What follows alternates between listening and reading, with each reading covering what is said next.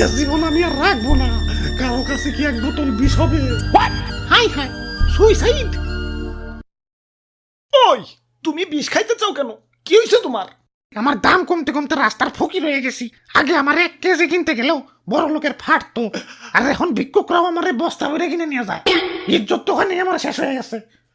আমার দাম! ভাই, দাম তো আমাকেও কমছে। কই, আমরা তো বিষ খাইতে যাই না। তোমাকেও তো দাম কমছে, আর আমার তো দামই নাই। 20 প্রতি 10 টাকা। আরে রেস্টুরেন্টে গিয়ে অর্ধেক কাপ কফি খাইতে গেলেও তো বিল উঠে 100 টাকা। আর আমি তো অর্ধেক না, ফুলকপি দিতাছি, তাও আমার দাম 10 টাকা। এটা কি মানা যায়? এই বাবা, ফুলকপি লান, ফুলকপি 1 পিস মাত্র 10 টাকা। শীতের অফার চলতেছে, 3টা কিনলে একটা ফ্রি। দেখছো, তোমরা দেখছো, এরপরেও কি আমার পয়সা থাকতে কও? আমার দাম!